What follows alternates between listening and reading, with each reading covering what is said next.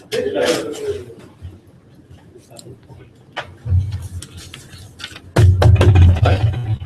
the video on? Mr. Chair, the patent process is the greatest invention within the legal system, and we think it's the greatest driver towards innovation. In the 1800s, when the American Patent Office was established, that is, we saw a 200% increase when it comes to innovation, and we believe that thing should also be replicated when it comes to genetic engineering. What do we mean by patent? The definition of patent is simple. It's a contract between the people and the inventor, that in exchange of the inventor releasing the patents to the public, the state will give exclusive rights to the inventor for a span of 20 years. It may differ from country to country. But when we're talking about genes, you've got to talk about one thing simple. You've got to talk about genes that are artificially created in the lab to have certain characteristics, aesthetics, immunity, or whatever it is that may benefit people in the future. Second of all, we are not talking about natural genes or bloodlines that you have within nature itself. We believe that should be left within the status quo, and we should have never have control over it. What is the burden coming from side-opening government? Is that why this patent should be given and why genetic engineers deserve this credit and royalty. Our model is simple, is that when you want to have a kid with somehow certain genetic aesthetics or certain genetic characteristics, for example, that person might have certain form of immunity, when you insert those genes into the eggs in the future, that's where you have to pay a certain form of royalty to the person who found those genes or created or artificially modified those genes. Any further modification of that, you have to ask the consent of the original person first before you go on to the next step. Second of all, is that the next generation need not to actually somehow pay those royalties, just like how we allow people who actually buy crops and somehow plant it again in the future for the next harvest to actually not pay royalty over that, after that, because you already paid royalty in the first purchase. It's the same principle that we allowed in the past. And thirdly, when it comes to genetic modifications, we would impose certain form of regulations so that they won't abuse it. Let's say, for example, they would somehow force kids to actually have certain disabilities in the future, etc. We wouldn't allow that to exist. Before I move on to my two argumentations, I'll take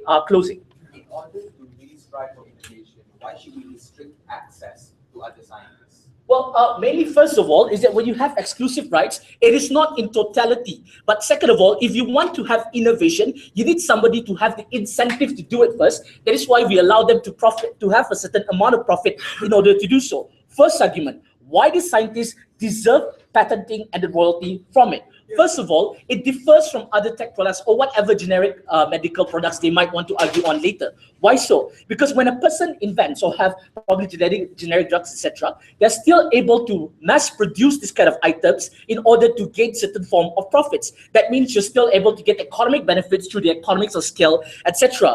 But however, when it comes to genetics, you cannot do the same, you cannot have the same business model, and that's where people lose show. And they cannot exist to become to genes for two different reasons. Because firstly, you only have the chance to actually profit from it from a one-off insertion to your eggs, and royalty fees can only exist within that paradigm and not through the economics of scale of mass producing it in the future. Second of all, is that these genes can be spread as quickly as possible without the inventor having control on where it goes.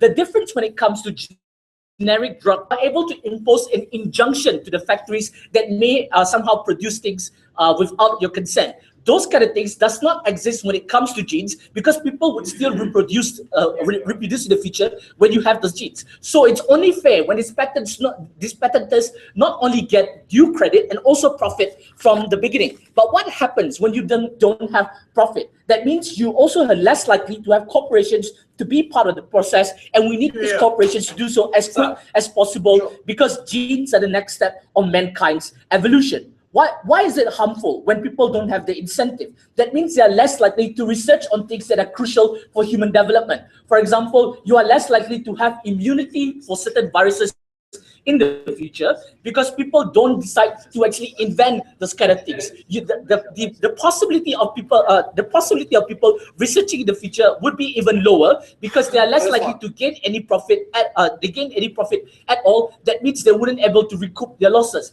That means whatever spending they have for R&D in the first place would be lost in total, and then they would do so in general. That is why That's why this man called Ray Kurzweil, who decided to research on transcendence in order to have longevity or actually to extend the human life, wants to do this kind of wants to actually somehow do this kind of process or do this kind of R&D, because he knows that there is a consumer market over there, and it's a quid pro quo thing, because at least the consumers in the future are able to extend their lives, are able to extend their life, while at the same time corporations have the incentive to actually innovate in the future. It's just simple. We need to give credit to the person who invented the skeletons in the first place. So at least the whole new generation that somehow grew up with these genes has somebody to thank for in the future for their very existence then. And it's only fair for these people to actually profit from it. But before that, yeah, opening. Okay, yeah. See, that's not the debate, right? The debate is not about some artificial, hypothetical scenario that genes, we can create genes. The debate is about identifying gene sequence which help us, for example, to identify these like inherited diseases or not. That's like the case that we had in Supreme Court that they ruled it No, that's not the debate. You can't patent that already. But you can't patent when it comes to gene sequencing when it already exists within nature. Just like how when it comes to inventions, when those kind of things already exist within the status quo, you can't register patents. The debate should be about things that does not exist right now, just like the oncomouse gene that was found by the European agency in the past. Those kind of things are the one that's questioned should be allowed to patent or not. Also, when it comes to crops, also at the same time, we've seen that happening within the status quo when it comes to agriculture. Instead, you have to get the debate right. The second argument is the right to control over our genes. Let's look at this. Naturally, we have our own bloodline, we have our genes, and we choose where exactly our own genes go to. Let's say, for example, you want to choose who you get married to, who you want to have sex with, and that person will carry our gene in the future. That means we have the ability also when it comes to genes that we already have. The question is, why there must be a demarcation when it comes to something artificial? Because you also have a sense of belonging over the genes that you created, the same principle how like you already have your own genes in the first place, and no one should have the right to abuse those kind of things until you tell them where exactly your bloodline should go. We think the principle is the same, and the state will never ever force you on who should actually have sex with and where exactly your genes should go to, or whether you should have children or not. We believe that we need to give at least some modicum of respect, and opening government provides that modicum of respect. That's why you should vote for us.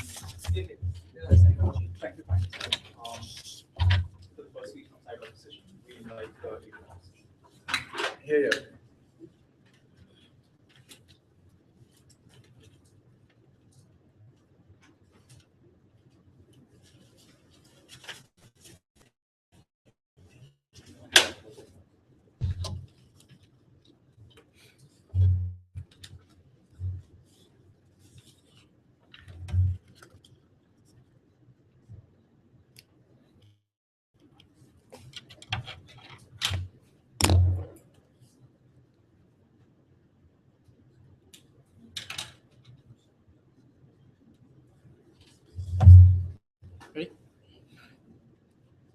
First of all, we from opening opposition believe that one thing that side opening government actually had mistaken from the whole debate is that they're talking about genetic modification, which we actually believe is still not implemented probably, or we all would have been perfect anyway, right? Yeah. And secondly, 2 days ago, we already had court issue where Supreme Court already neglects the fact about genetic modification in court of USA, right? So I'm not sure if their case actually really exists, or whether or not they're actually painting this picture where rather actually clearly asks that how is it possible so, right?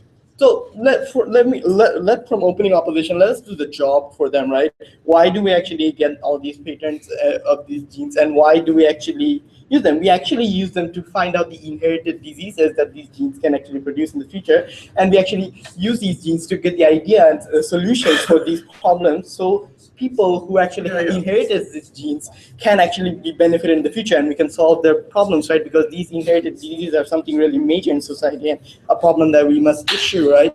So clearly that is a correct characterization of this debate. So secondly, let's move on. Today, as opening opposition, we will prove to you why everyone deserves developing in this pattern of genes. And secondly, I will also talk about the open sourcing and the benefits we have, right? But before that, let's move on to the open government's case, right? First of all, they talked about patterning, right? So one problem that we have from side opposition is that when you pattern someone, there's a lot of risk, right? First of all, what are the incentives of patterning something by a company, right? The incentive is to identify, but not to innovate, right? That's a problem because when you pattern something, clearly they already showed you traces of commerciality that can happen when you pattern a specific thing, right? Like how companies pattern their own design and models and start to commercialize it. So what actually happens when you pattern something so important as genes, you actually create a monopoly, right? Because power equate from money. You also what do you actually do is that you have concealment of information. So there's also lack of innovation in the end, right? Which I will also further explain in my case, right? And secondly, when they actually talk about the whole idea of loyalty and all, we believe that already happens in society, right? When you actually credit someone when you find a solution from his or her genes, so credibility is already there. And secondly, and so that's generally all their case was actually, and they talked about profit, which I will also integrate in my own extensions when I talk about open sourcing, right?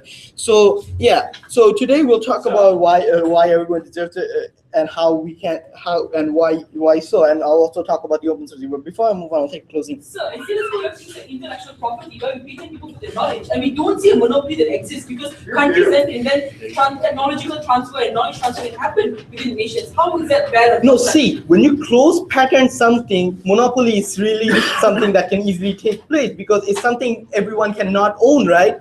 At that moment, intellectual property that you so talk about is not something everyone can access. So equally, power would generally come from the investment they have, and guess what? Who have more investment will create a monopoly in the default. So let's move on to our first extension, right?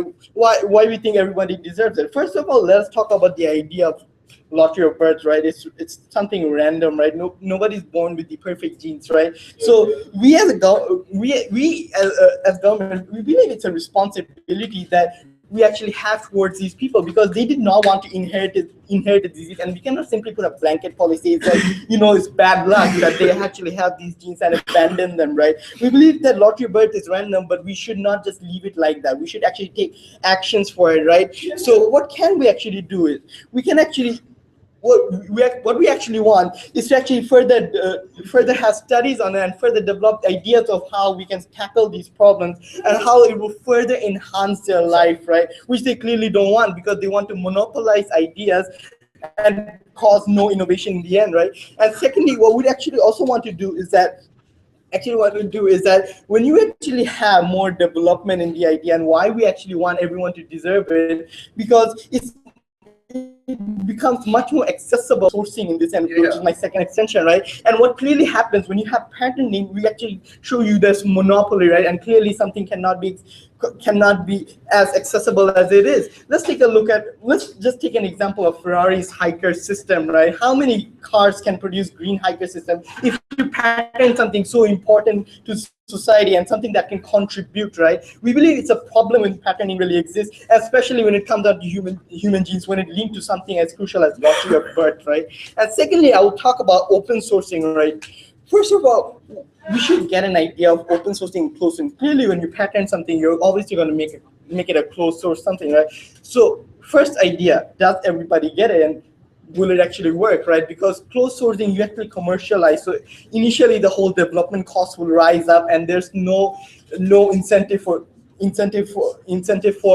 proper development idea because it's not commercialized. It's all profit incentive as they considered, right? So we believe at that moment the incentive does not lie over there as much as what it would do. And secondly, that what happens when you open source something is something simple. When you have something open source, there's more people active in development, right? We believe it's not a good idea to run a development by profit incentive rather than a development that cares about solving the problem. And we can segregate all of this all around the world. So we have influx of development ideas and pool of ideas which we can actually use to further enhance the solutions that we are actually willing to get and have later development on it, which which we believe open source can achieve, because clearly open source have faster development ideas because they have more capital on when it comes down to ideas, right? And secondly, something about open source is that when we talk about profit, even if we consider open source does not have profit, we believe that is wrong, because something unique about open source is it has two backings, which is the government welfare, and secondly, which is the people backing, because open source is something that actually allows people to access it easily, right? And something people can actually discover and learn about, right? So we believe it can be supported by donation fund, and there's a lot of backings over there, and why would people do it is simple, because it's a problem that people are facing, and some people would actually contribute to it. But secondly, the government incentive, which is much more important, because government as a whole has a welfare incentive and something they want to provide people with the solution to the diseases that they're facing. So we believe government backing is something much more crucial, much more expensive than the whole idea of commercializing and profit-based backing that they talk about, and something much more important, right? And something that can solve the problem. So we believe we clearly show you how patenting does not actually solve any problem, rather than that creates more problem, and we're proud to oppose. Yeah. Thank you for your proposition. Next up, we invite the timeout. Yeah, sure.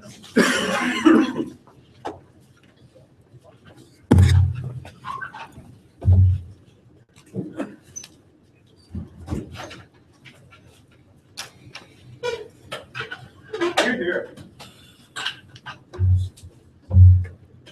The view coming from opening opposition is simple, that your body essentially belongs to the state, that anything inherent within your body essentially belongs to the state, that anything you do with your body, that anything, as so long as it can facilitate the development, belongs to the state. That's a communist view, Mr. Speaker. That's something that disregards basic liberties like bodily autonomy and your fundamental birthright to control what you have with your body.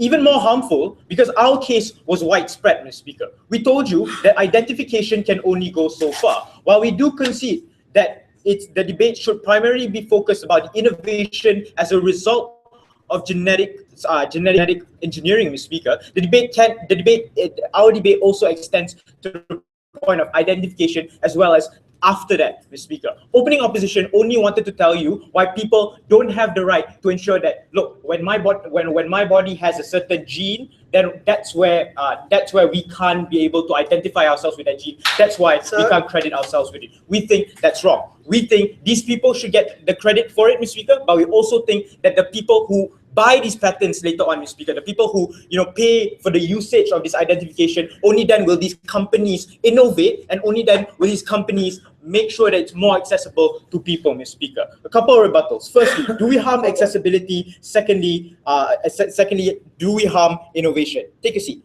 Firstly, let's talk about accessibility, right? Because the entire argument coming from a leader of opposition is predicated upon the assumption that there's a monopoly on these genetic genes, Mr. Speaker. We tell you that firstly, monopolies don't necessarily always exist when we patent things, Mr. Speaker. There's not only one single company that patents medicine.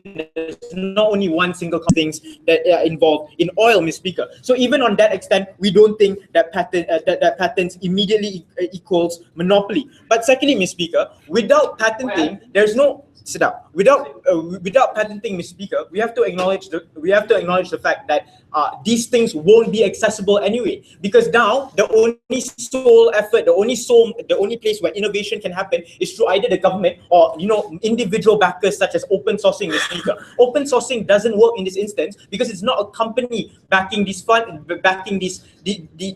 these efforts, Mr. Speaker. You have to count on individual engineers or individual creators or individual innovators, and that's harmful because they don't have the resources that will further this research, Mr. Speaker. Why is this? Because companies will be less incentivized to further innovate on genetic engineering because there's no longer a big profit margin for them to benefit from, Mr. Speaker. Because once an innovation on genetic engineering has come out, Mr. Speaker, only then can they get a large profit margin. But if it's open source, Mr. Speaker, then the research becomes lax on the part of the company because they know that there's no market out there, or because it's such a market that's free for all that everyone can just benefit from it, Mr. Speaker. So therefore, you lose innovation, or you lose the lack of thrust for innovation from companies to ever innovate on the basis of genetic engineering, Mr. Speaker. So therefore, even if the debate's about identification, Mr. Speaker, identification can only go so far. That's where our debate comes in, and that's where companies are more likely to involve themselves in innovation, Mr. Speaker. Secondly, does it harm innovation? I already told you why innovation is further harmed under our model, because companies now are not incentivized to innovate, but they haven't showed to you why people don't have the right to what's in their body, Mr. Speaker. For example, Mr. Speaker, the state doesn't have the right to tell you how many kids you want or who you should marry, Mr. Speaker. We think the same principle applies here, Mr. Speaker. If my genes can benefit this group of people, Mr. Speaker, then I should determine which company it goes to or which actor it goes to, Mr. Speaker. Do I want somebody to go to the government, Mr. Speaker, because I know that they might not have enough resources, I know that they might not have enough trust to put money into, say, fixing cancer or fixing or the establishment of certain antibodies, Mr. Speaker. I think that they have other priorities in their minds, Mr. Speaker. That's where I should have the ability to decide whether part of my body goes to a company and whether I should profit or whether I should credit from that or not, Mr. Speaker. The same principle we've applied in status quo should be extended in this case as well. But before I move on, Mukris. In a case where you have found a gene that can possibly save lives, are you okay with only allowing access for that gene only to rich individuals who can buy it? See, look, that's the thing, right? Accessibility is still existent under our model, Mr. Speaker. Under your model, that the development of that gene or the development of that cure can never be guaranteed because there's no profit incentive to innovate further, Mr. Speaker. But in our case, accessibility can happen. So if it's a cure that's in dire need, Mr. Speaker, then governments can always back it through government subsidies. We can always funnel aid to ensure that the cost becomes cheaper. But the innovation, the thrust of innovation should always be there, so people can further, incentivize themselves to innovate later in the future, Mr. Speaker. That's a pointless POI coming from closing opposition. Let me move on to my substantive, right? I'll tell you why patenting ensures accountability and how it regulates this market, Mr. Speaker. Firstly, on the first level, we think that patenting ensures accountability because you can always trace it back to the engineer, or you can always trace it back to the source, Mr. Speaker. So this is easy in things like, to establish civil suits or to establish things with regards to, channeling, establishing blame, Mr. Speaker. Without patenting, Mr. Speaker, essentially the blame will then go to governments, Mr. Speaker, or individual engineers, like they say in in open sourcing, Mr. Speaker. The harm of this is that none of these engineers can take single accountability, or the government cannot take the accountability because it can always hide behind the veil that it's not my sole responsibility to genetically engineer, to create innovations based on genetic modification, Mr. Speaker. We think this is harmful. So therefore, when companies are able to buy these patents or are able to use these patents or are able to be patented themselves, Mr. Speaker, therefore these companies cannot hide behind the veil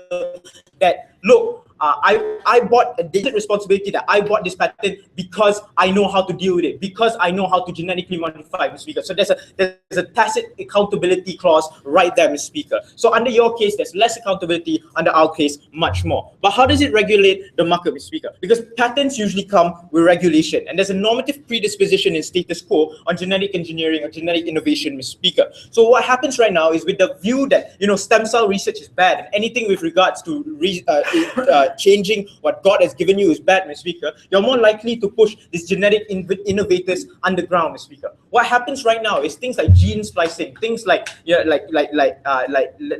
be more lax on regulations. So essentially, what happens right now is they're more likely to harm human beings in the process. Because the only way you can test whether or not a genetic innovation is working, Mr. Speaker, is through the main test subject. So therefore, without patents and without government backing in this instance, Mr. Speaker, without the legitimizing of the government through patents, Mr. Speaker, we think that the harm will exist on that level. For all these reasons and more, we're very proud to propose. Thank you, Deputy Prime Minister. Yeah.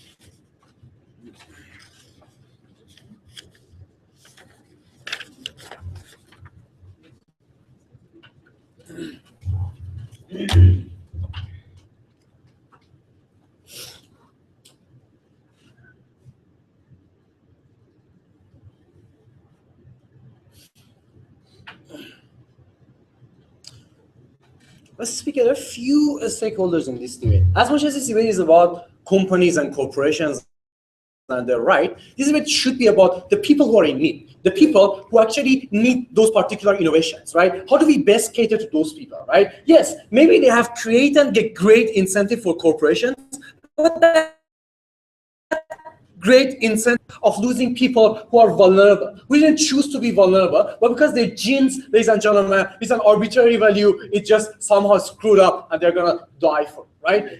Opening government fails because they never took the burden to deal with the idea that how do they best deal with the people who are in need, like the people that Rayhan talked about and they neglected, right? See, what we have got from opening government, right? The first speaker comes here and brings to you a hypothetical scenario. We cannot modify genetics, right? Then they come here and say, no, but in the future, we are gonna have that, so let's just debate the future. Even if in the future that's gonna happen, we are gonna tell you that that brings a lot of harms and we are not gonna do it. Then the second speaker shifts the debate and debates the actual debate which we brought to you, right? Like this is a huge debate in United States of America, right? There was a case in Supreme Court that can we patent the gene sequences that we identify, ladies and gentlemen, because those are important, right? Because those are, ladies and sit down, I'm gonna take, right? Because those are important, right? Because that's how we understand how inherited diseases work essentially at the end of the day, right? That's a debate that is actually happening. It's not a hypothetical scenario, it's not a future-based thing, and we are very proud to do that, right? But let's look at a few rebuttals before I go through my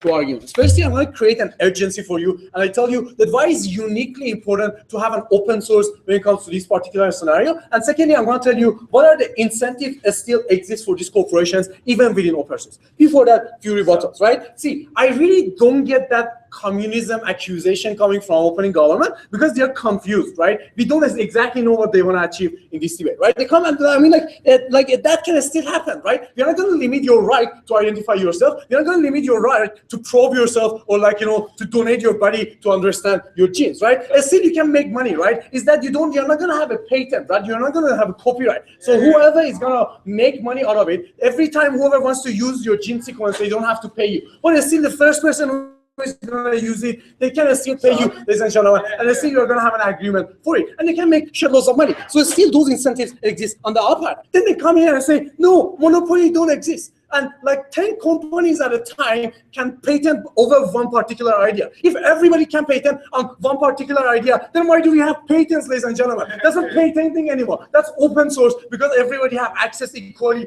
to everything, ladies and gentlemen. That's a sort of soft case we have been getting from opening government. They should be ashamed of it. And then they come here and have this idea of accountability.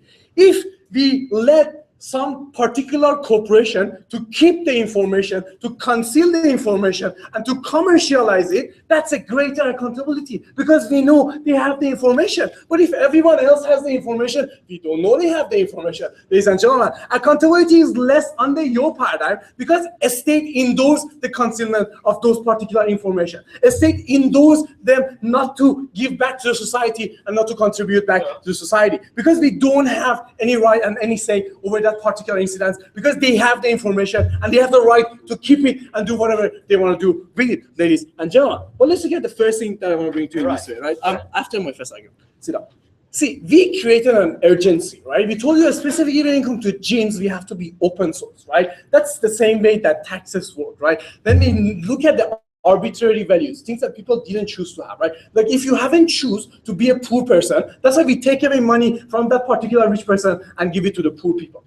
Because we understand the arbitrary values of life, because we understand lottery of this, and we try to create a balance of it, right? But what you are doing under your paradigm, even under your, let's just debate that genetic modification debate as well, right? Here's what's gonna happen. If you're rich and some particular corporation has monopolized and have the great cost, for example, for a wisdom gene, ladies and gentlemen, only rich people are going to afford that particular wisdom rich. So the poor who didn't choose to be stupid, they remain stupid, ladies and gentlemen. Who knows, if they are wise, they have to pay taxes to the guy who invented and identified the gene of wisdom, ladies and gentlemen. Now you are inherently and systematically disadvantaging them even further, ladies and gentlemen. But more importantly, we think we have people dying on the ground. We have things like cancer, ladies and gentlemen, things that they didn't choose to have, right? And like we don't think the right of one particular individual or one particular corporation is greater than the right of people who are vulnerable. And specifically in this scenario, that they didn't choose to be vulnerable at the end of the day, ladies and gentlemen, right? See, what's the purpose of research? The purpose of research is to have a particular outcome to cater to people, right? You're defeating that specifically because the research and scientific research is not about benefiting people anymore. Right. It's about commercialization, ladies and gentlemen. You're defeating the purpose of it. We don't think that's a good idea. Before I go through my second argument open. All right, look, identification can only go so far. How do you create the incentive for companies to mass produce these genes if they don't have the incentive through patenting? Ladies and gentlemen, they're still gonna like sell this particular thing. They're gonna have contracts with insurances. This is about the frequency of making shitloads of money. It's gonna become a one-off thing, right? It's still that they're gonna make money on the other part. But let's look at open source and why that's still a thing, right? And why it's better, right? Rayhan came here and talked to you about the benefits of open source, right? And the response was, no, you're communist, right? We told you that it's gonna be more accessible. It's gonna be better. You're gonna have more ideas on the our part.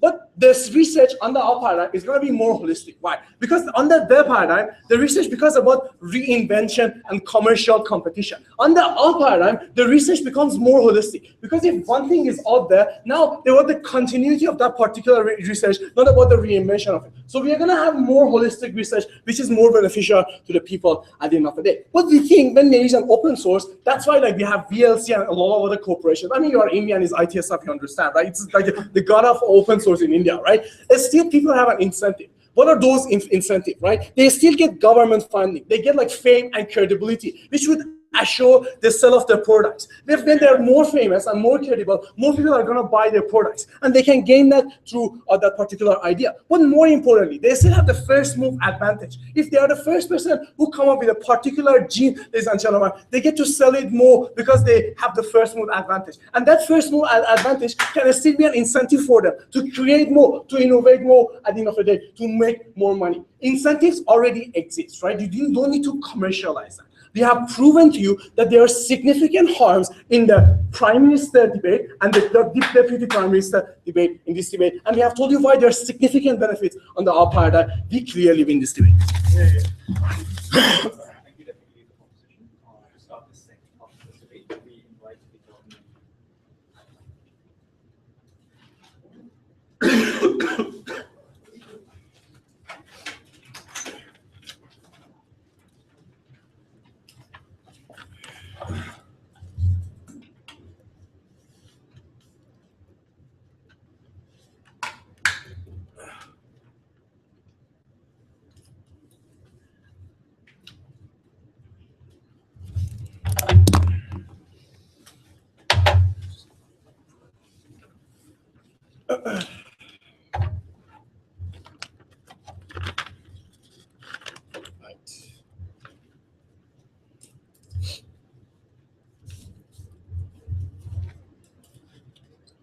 The burden of researching human genetics right now in status quo falls onto one actor, the government. Private companies, like our opening has said, do not involve themselves in these researches, right? Because there's no commercial incentive, right? Now, when our reality is moving towards a century where we have a continually heavily burdened government with this research and a growing need for human genetical research, closing government is going to tell you for two very good reasons why we should do this, right? Firstly, I'm going to give you firstly, I'm going to tell you that it removes the financial burden of the state that currently funds genetical research and pushes that onto private companies. But secondly, we're going to talk to you about how human genetics is a field that needs to be taken more seriously. What we mean is allowing patents, right? Now, before I move on to my case, right, let's look at what side, what Vera say. Firstly, he talked about in my head, when I think of what the purpose of researching something is, I think of the purpose of research is to find a cure. Then with that question in mind, we must ask ourselves one question, right? Which policy then finds a cure faster? Does a commercial society that allows patenting and allows people to have monetary incentives of researching this kind of research, does that produce a result faster, or does their unholistic type policy actually produce a cure faster? Opening government didn't talk much about this. We're going to tell you why it's better and faster to find a cure under our policy. Then he talked to you about how it's more holistic on their side, right? He talked about how there's a first move advantage. Well, we tell you, even if that's true, that advantage is temporary, which means that companies that invest huge lump sums of capital into these kinds of projects usually expect a long-term expectancy of how much money I'm going to get, right? That first move advantage, like he conceded, is only temporary. But even if it's a lot of money, that amount of money, we don't believe, is going to actually compensate for the amount of capital you put in. And I'm going to tell you why later, right? Sit down.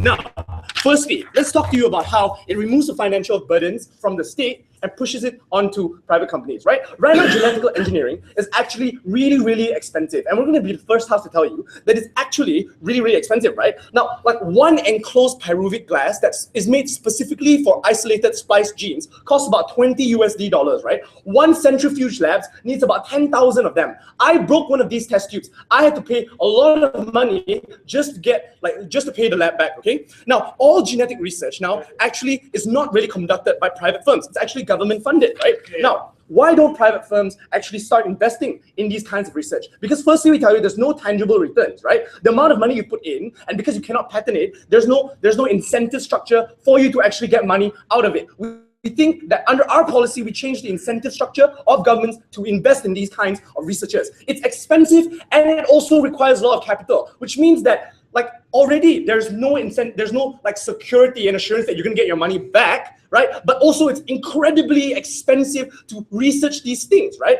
We think with that assurance, by allowing patency, right, we make it that much easier and provide that much more assurance for these companies to invest, so we can have a higher rate of research done. Because of no patenting there, even if we do discover these kinds of cures, right, the companies can't make any money out of it and still will make large lump sums of losses, right? So naturally, corporations don't have an incentive to invest in this. Sit down. This means that governments have to bear all the burden of to research genetical engineering. Now, could the government just drop genetical engineering? Could government just say, no, we don't want to spend any more money on genetical engineering. Nobody has to research genetical engineering. No, we think that the scientific community will not allow that. Right now, there's too much pressure from everyone to say, you have to continue genetical engineering, but I just don't want to do it because there's no, I'm not the state. That's your responsibility. We think private companies don't want to invest in this because there's no incentive, right? I talked to you about that. Now, by allowing patencies, right, sit down, we change the incentive structure of private corporations to invest in these kinds of projects, right? By doing so, governments become less financially strained and can focus its financial abilities, its revenue, into more important aspects of layers of society, right? It can focus on healthcare, education, poverty. That's what a government needs to do. And we think we help states do this even better. Sit down, all of you, right? Not only that, but private companies, right, if they do take over this research, not only do we less financially strain the government, we think that research can be done faster and better by these companies. Now I'm going to tell you why it's more holistic under our side, right? No, sit down. Firstly, they have more capital than most states.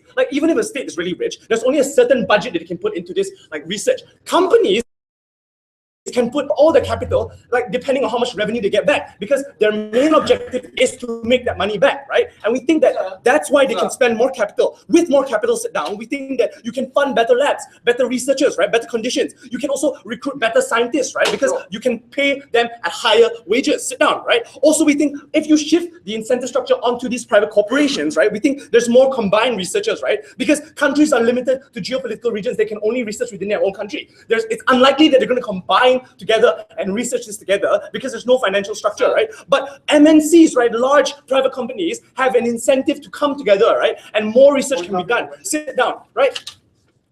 So genetic engineering is actually better done and better research under these private corporations. Sit down, we advance at speed. But sir, I ask you, right, why do we actually want to enhance and accelerate the rate of this research?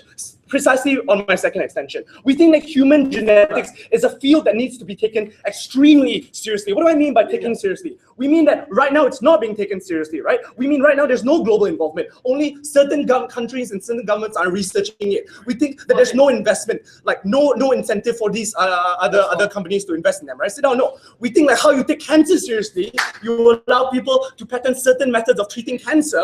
That's when you take it seriously. We think we're going to take genetic engineering seriously now because we believe that no longer like diseases like H1N1 and SARS, right? Like these are bacterial phagocytes, right? These are bacterial diseases. We're not dealing with these kinds of diseases anymore. We're dealing with genetical diseases now. Like Ebola and malaria are so hard to cure because they attack the human gene and they turn your white blood cells into virus-producing machines. That's a fact, right? We're actually dealing with new strains of diseases that attack our genes. The impetus for researching these genes and actually protecting our genes, right, is so high right now. We think if we don't allow patenting now and we don't give people a good reason to invest in genetical research, right, if we don't take this human genetical engineering seriously right now, people will suffer in the future. By allowing patenting, right, we think that, we think, I told you, it changes the financial structure. Wrong paper, right? In the future, right? We don't even have to look in the future because we think that right now, we don't even have to look in the future of further pathogenic strains. We think right now, diseases like Down syndrome, diseases like sickle cell anemia that involve your genes, right? Like we can't quite cure them right now because nobody wants to research it. We think that with this accelerated growth of research in this particular field, we solve these medical impossibilities, right? For all those reasons, we are very proud to propose.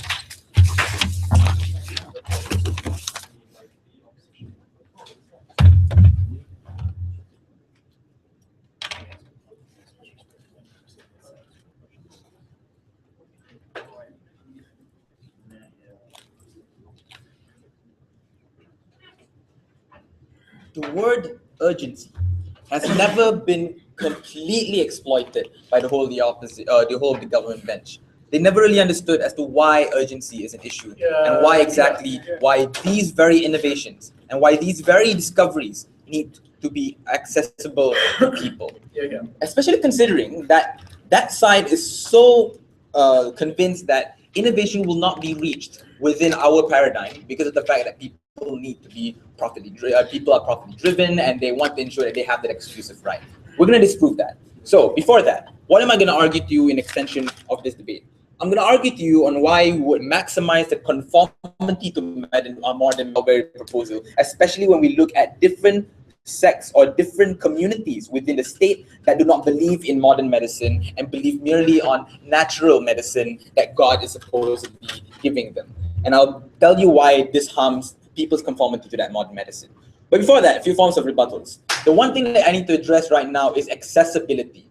The first thing here that we have to understand, ladies and gentlemen, is that accessibility, innovation, and also finding the cure faster in response to closing government will be better under our side. Why? Because now there is not only one source of innovation of that particular medicine or that particular gene. So this means, ladies and gentlemen, that now innovation has the capacity to be completely maximized throughout the state, especially considering the fact innovation comes from you wanting to solve a particular problem with the thought process, with the creativity that you have, as an individual. We think, especially considering that all scientists have varied and completely different thought processes and different creativity, we think we need to maximize the probability of every single scientist having the opportunity and having the chance to actually innovate a certain drug or innovate a certain gene. So we think that now more people across the border have the capacity and also have the ability to innovate, especially considering the different capacities and different thought processes that they may actually have.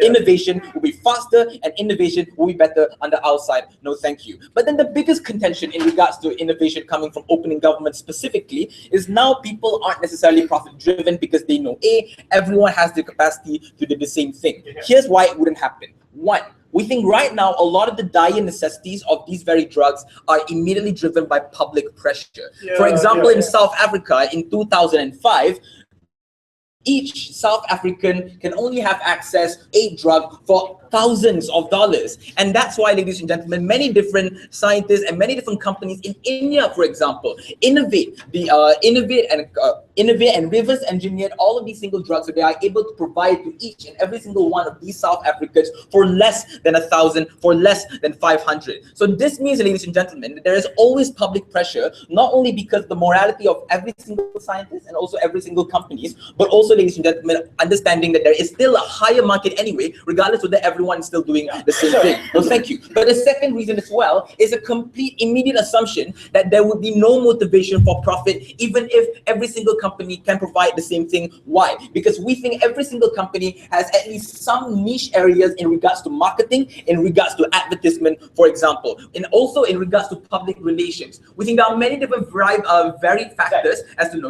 as to how a company is able to market, as to how a company is able to sell a certain drugs. What this means, ladies and gentlemen, is just because every single company is able to provide the same thing, it still does not mean that every single company would garner the profit equally from other different companies. We think there is still that competitive value in regards to companies, and we still think that there is still an area for every single company to be able to fight it out. We think competition is an even bigger drive to get motivation. No, thank you. Lastly, opening government also wanted to talk about accountability, because now accountability is better. But that's not necessarily the issue. It's not mutually exclusive. Why? Because we think scientists and innovators could easily be tracked because of the fact that they are able to sell their drugs, and therefore there is a consumer-vendor relation between those two individuals, especially individuals. So therefore, we think the consumers are able to track down the people they buy that drug from. But second of all, ladies and gentlemen, we think medical consumption especially are already screened and are already regulated by the FDA, for example. We think either way, these companies and these private companies are able to register their drugs and register their usage of such drugs. So we think that there is registration, and we think there is accountability under that sense. No, thank you. Lastly, ladies and gentlemen, that side want to talk about the financial burdens of the state. The problem here, ladies and gentlemen, is that under opening government, the state is willing to subsidize these drugs so there is better accessibility. So we still think financial burden will still be a problem under that side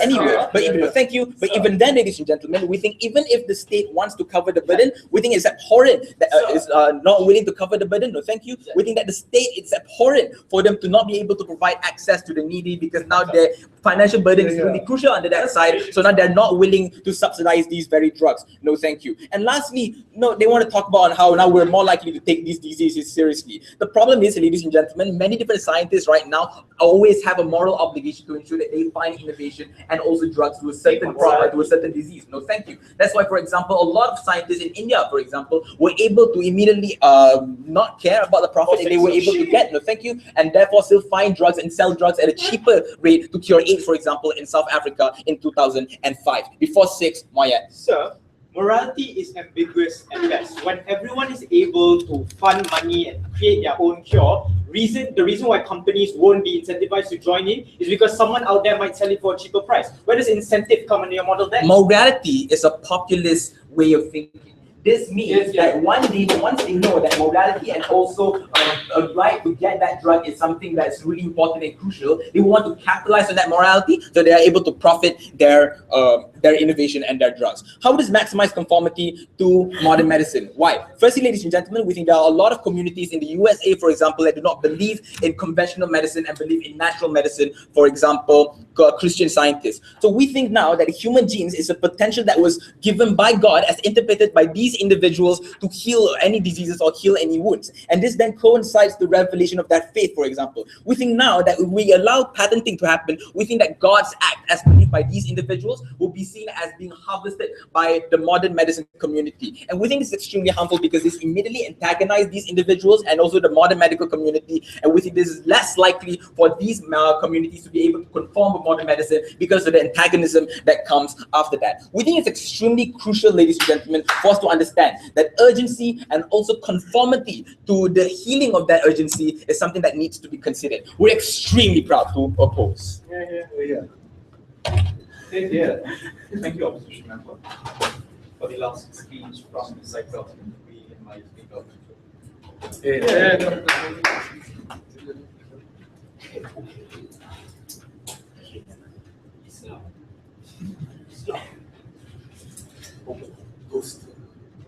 Oh, yeah.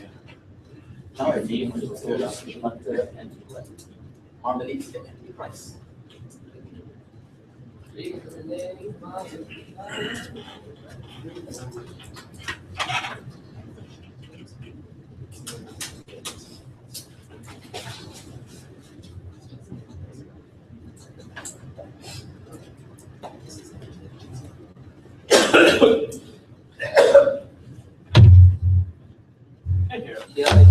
Yeah.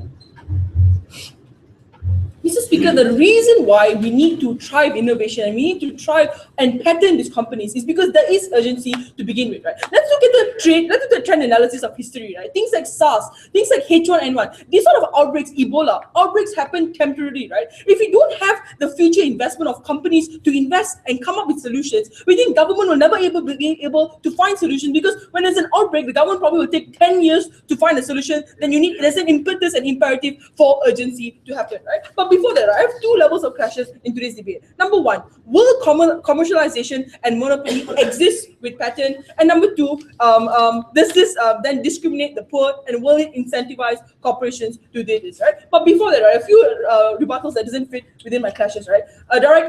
Dealing with extensions coming out from Izzat's speech, right? Because he was talking about, look, now how you the idea of maximizing resources, right? How now you compete against each other, and how scientists now, you weren't able to develop the community in itself, right? We think that is not mutually exclusive under our side, right? You have things like multinational corporations where people from different countries at the end of the world, where they come and discuss on a certain, it's not one person researching one disease.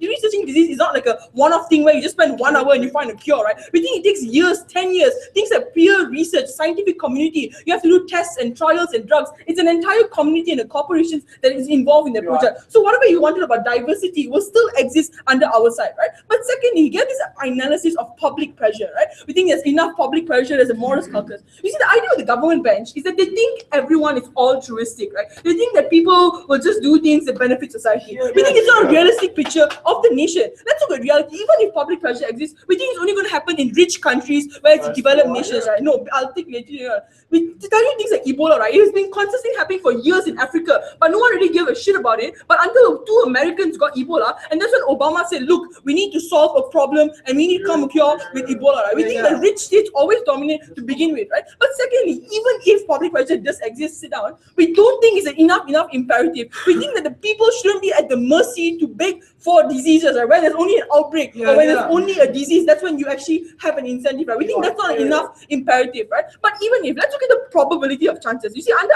your side, you're hoping for public pressure, you're hoping for something to happen. But under our side, there is a guarantee, there is a certainty, and there's an incentive, rational calculus of this company because of that patent, because of that money. There's already an incentive in their mind to drive the innovation, right? But secondly, on the idea of which side has more competition, because they say under your side, look, competition still exists. Mr. Speaker, we all know private corporations, their only goal is money, right? There's a reason why diseases like ALS, diseases like unknown diseases, they don't get the prioritization. Millions and millions of people die from skin diseases, mental illness, and so etc. But people don't funding money because the majority masses of that, you don't receive money from it, right? So then under our side, the imperative and the competition level is even higher. The probability, yes, competition may still exist, but it's even better under our side. And they mischaracterized my Brian's extension because, look, funding and subsidizing is two entirely different, right? If poor is going to be discriminated, we think, yes, we can pump in like 1-2 million to subsidize the medicine, right? But funding takes an entire hugely, funding is a risk.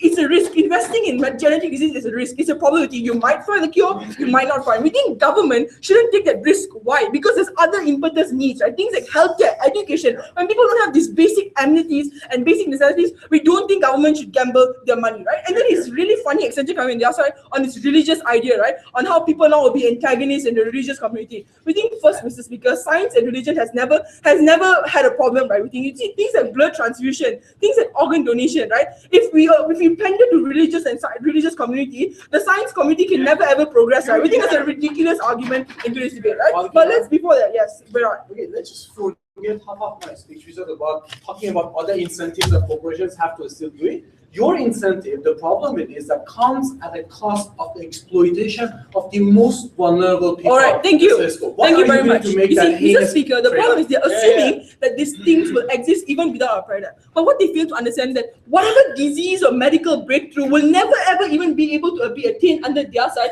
because there's no incentive. So if we had like Ebola or whatever, we wouldn't even have a cure to begin with. There's no access. It's like it's not even existent. At least under our side, it's existent, but maybe the problem is just accessibility, which I'll prove to you in my speech. Right now, let's move on to my crash. Will commercialization and monopoly, which so this extension will, this rebuttal will directly deal with openings case, right? Because the problem is they wanted to live an altruistic world. Oh, everybody deserves it. Everybody has the right, etc. Right? We think yes, if we want that especially, right? We think it's an altruistic argument. But let's look at status quo, Mr. Speaker. We have things, my PO, I asked you, intellectual property, right? Where people garner, patent their knowledge, right? Their ideas and things like that, right? We things like that already exist within status quo. We don't see a monopoly, right? Because why? There's no incentive for people to monopolize. Why? Because when you receive a larger group of people, like you see, if America comes to Malaysia and starts, teaching you guys how to use their ideas, when you buy their books, when you buy their knowledge, there's more impetus for them to actually garner and give access to these people because they make more money. Let's look at probabilities, right? You just circulate it to the hierarchy or you give it out to entire people. The probability of you getting more money from a mass people is higher than just keeping it to yourself, right? So we don't think that's going to happen. But even if we think it's much better because technological transfer can happen. We see if America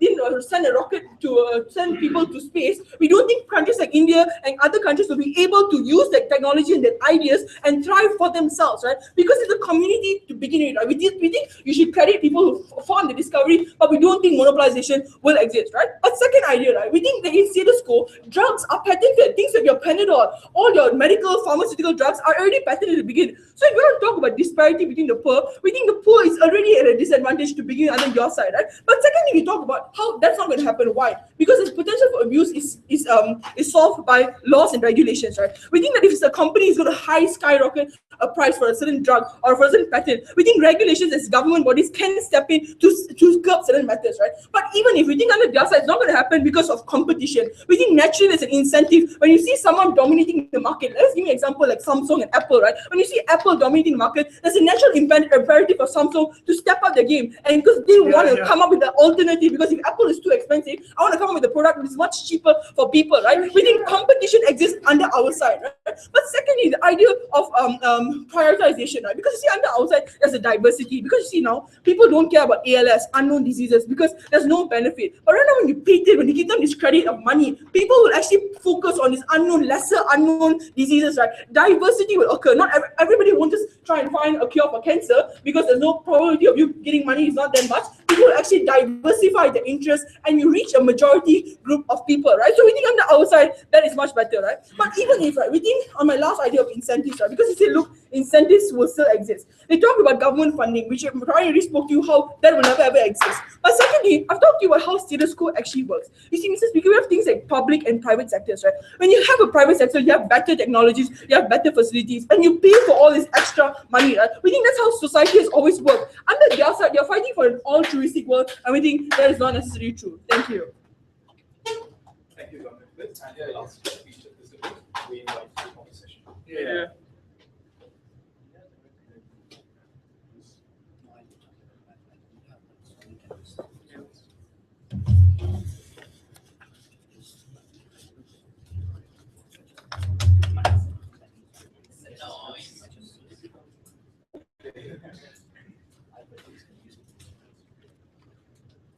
It would be very possible for us within today's day to describe a lot of other things as scientifically as we would rather want it to be, Mr. Speaker, but not with the intentions of capitalism that came from Sarawak government within today's day. What do we have within today's day? What we had was a side opening government who only wanted to debate on the side, Mr. Speaker, where they believe that the very fact that you have found a gene means that you have absolute rights over it, or the very fact that you have been born with a certain gene within your body means that you have absolute rights over the access of it in the first place. What we have from side of closing government was side all hail capitalism, who only wanted to debate on why having a lot of money would lead to more innovation and somehow curing SARS or AIDS or God forbid Ebola one day, Mr. Speaker. we think that there are two issues within today's debate that will be very easily clarified within my speech. The first issue is this, Mr. Speaker. What is meant by gene patenting within today's debate, to clear up some confusion that existed within the opening houses? And the second issue is which side does best ensure access to medicine in the long run? See, now I have not even started yet. So the first issue is this, Mr. Speaker.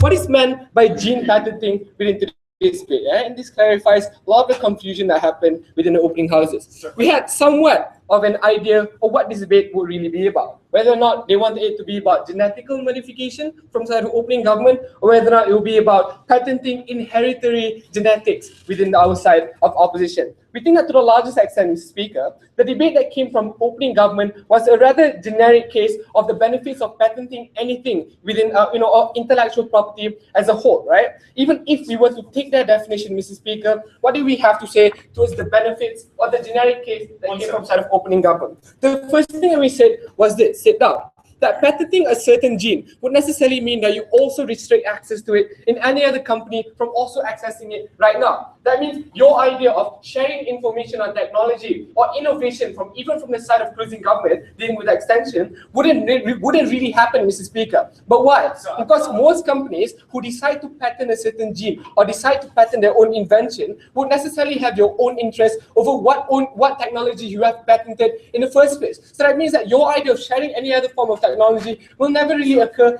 because you will always protect the own interest of you capitalizing the very fact that you are the one who patented that in the first place.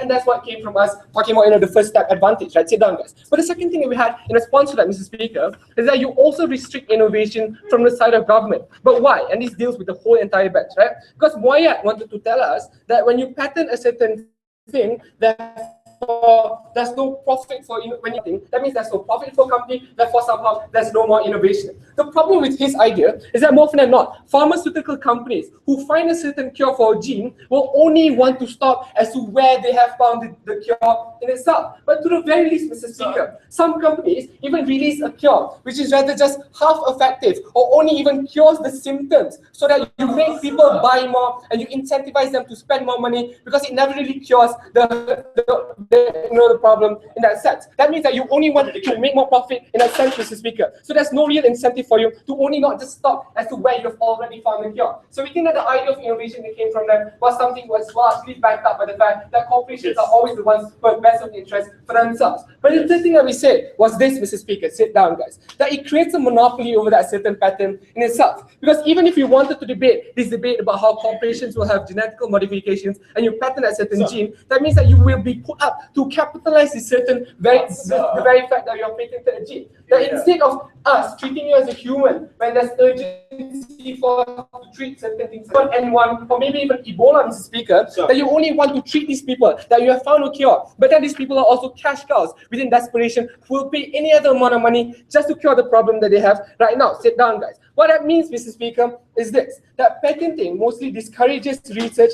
and frequently exploit the fact that there's a huge amount of supply, that there's a huge amount of demand, but then supply is very low. That means that you charge exorbitant amounts of money towards people. That's why when they found a cure for AIDS, Mr. Speaker, sit down, guys, and when they patented a certain cure for AIDS, they sold it for exorbitant prices within African for a certain cure, right? But the very fact that the only reason why they finally wanted to lower the prices was because a lot of people complained to the very fact that you sold it for exorbitant prices and you charge them a lot just for the very fact that they have to cure something which is inheritary within them, which is AIDS, Mr. Speaker, and doesn't really have a cure in itself. Before I move on to my second issue, I'll take you. Sir, if morality is the end-all be-all of your case, then what happens to that morality when you talk about companies only wanted to cure the symptoms? Surely public pressure and morality works there as well. But you're right to have this certain patenting over this gene. It's where we have to acknowledge what urgency that we have created within today's debate. Because if there's no certain level of urgency within today's debate, then we're fine with you patenting certain things such as Panadol, Mr. Speaker, but we're not exactly fine with you finding a certain cure for a gene that can save humankind in itself. If there's no urgency in itself, we are very very much fine with you